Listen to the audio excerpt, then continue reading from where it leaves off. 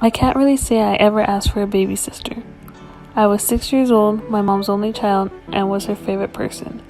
I don't remember when my parents told me I was going to be a big sister. I'm sure I was excited because that meant I had someone to play with at home all the time. I do remember my mom always having to go to the doctor. I thought that's what you just had to do when you were going to have a baby. She always seemed worried and I never knew why. Then one day she told me that my sister was going to be special and that I needed to be the best big sister to protect her. Of course, I would protect her. She would be my baby sister. She was the most beautiful baby I had ever seen. I could see her, but I couldn't touch her or hold her. My mom was crying because she was coming home without my sister. She had to stay behind for tests. Growing up, I never saw her different. I always heard my mom mention that my sister had a disability known as Williams syndrome. I didn't notice anything.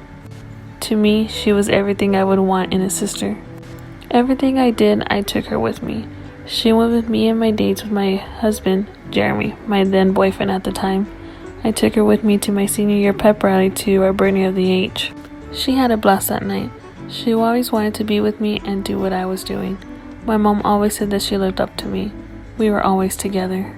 Then one day I found out her favorite country singer, Keith Urban, would be playing in Houston. I begged my mom to let me take her to go see him.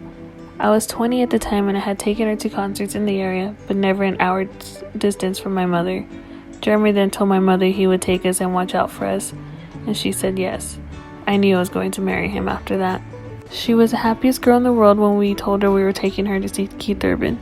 The excitement in her eyes when I saw her jump from her seat yelling, "Nana, it's him, it's Keith Urban." Tears came out of my eyes just because of the happiness she was feeling. She was dancing, playing air guitar, and having the time of her life. Then I felt a hand on my shoulder. It was a man. He told me, "I know it's hard, but it's well worth it. Don't worry, everything is going to be okay." I just smiled and turned away. I knew he was referring to her.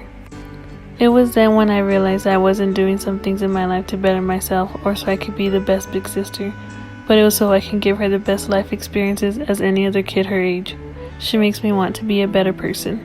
I enjoy going to her basketball practices and her competitions because I know she wants to be the best. She never has a bad day.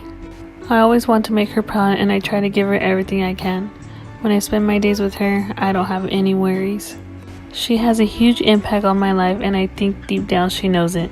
She will forever be my favorite person and my motivation in life.